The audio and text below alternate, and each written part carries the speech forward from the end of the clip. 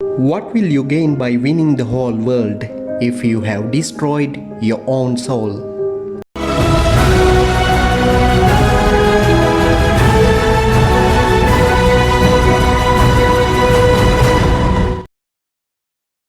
Saint Augustine was born in Carthage in North Africa. His mother was Saint Monica. She was married to a pagan Roman official. In childhood, Saint Augustine was well educated. As a teenager, he was interested in philosophy, but he was not particular in his morals and was drawn to various vices. When he was 19, he began an affair with a woman in Carthage. Later, Augustine migrated to Rome. However, he kept his mistress for over 15 years. This mistress bore him a son. Augustine lived a very sinful life with pleasure. Augustine became a teacher and was very good in arguments. Later, he was invited to Milan as a professor in the university. He was confused amidst many religious ideas. Augustine thought no man can live up to the standards of Christian ideals, so he spent his days seeking pleasure. At Milan, Augustine was fond of listening to the sermons of Saint Ambrose, the Bishop of Milan. Once Augustine met Saint Ambrose. When Saint Ambrose asked him, "What will one gain by winning the whole world if he has destroyed his whole soul?" These words of Saint Ambrose influenced Saint Augustine to come back to Christianity. Augustine got converted. He left his mistress and gave up his sinful life. Later, he embraced priesthood and eventually became the Bishop of Hippo. From Augustine's life, it is clear that one who loses his life for Christ's sake will finally save it. In today's Gospel, Jesus explains that it is necessary for him to go to Jerusalem, that he would suffer and die there. But Peter refused that idea of suffering Messiah and shouted, "God forbid, Lord, no such things shall ever happen to you." Then Jesus rebuked Peter, saying, "Get behind me, Satan. You are an obstacle in my path." Next, Jesus uttered these golden words, "If you want to follow me, deny yourself, take up your cross and follow me." Saint Peter, who was the rock of the church, allowed himself to be a stumbling block by rejecting the cross and by rejecting the suffering aspect of salvation. Those who reject the cross and those who live contrary to Jesus' teachings would lose the very life they sought.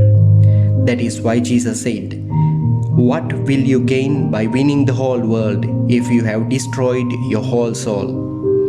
In the first reading today, we see how Jeremiah experienced the burden of his cross. As Jeremiah spoke on behalf of God, he had to suffer ridicule and insults.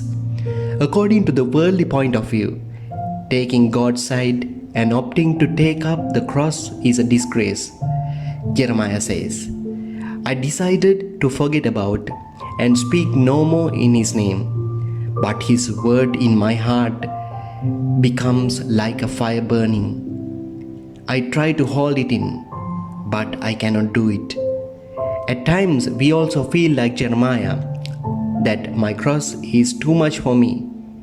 But we must note that Jeremiah finally recognized that the way of the cross, the hard way, is the way to salvation. In the second reading today, St. Paul advised Romans, "I urge you, brothers and sisters, by the mercies of God, to offer your bodies as a living sacrifice, holy and pleasing to God." How can we offer ourselves as living sacrifices? We can make that sacrifice only by taking up our daily crosses and following Jesus up to Calvary. Lord wants us to deny our egoism, our selfish motives. St. Paul also advised them, "Don't let yourselves be shaped by the world, but rather be transformed through the renewal of mind." The world tells us to take the easy and comfortable path of sin. When we are shaped by the worldly ways, we always seek self gratification, pleasure, and comfort in our bodies. Today, the tendency is to gain the whole world and to preserve one's own life in a selfish manner.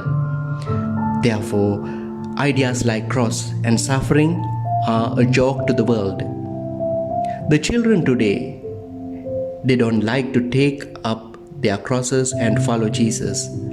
Studying and passing the exams in the honest way is a cross for them. So they refuse the cross of hard work and they try out dishonest ways like cheating and copying. The youth today hate the cross of Christ.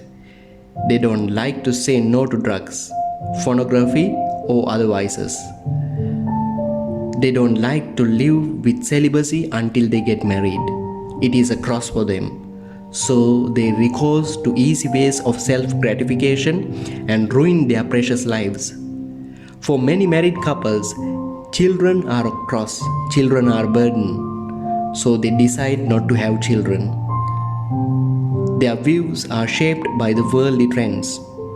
So they recourse to artificial birth control methods and to abortions. They willfully refuse their crosses. For many adults, earning money by fair means is a cross. They don't like to engage in a good job or in an honest business. They try to engage in illegal businesses, antisocial activities, underworld activities and frauds so that they may make a big sum of money easily. But Jesus is asking us today, what will you gain by winning the whole world if you have destroyed your own soul?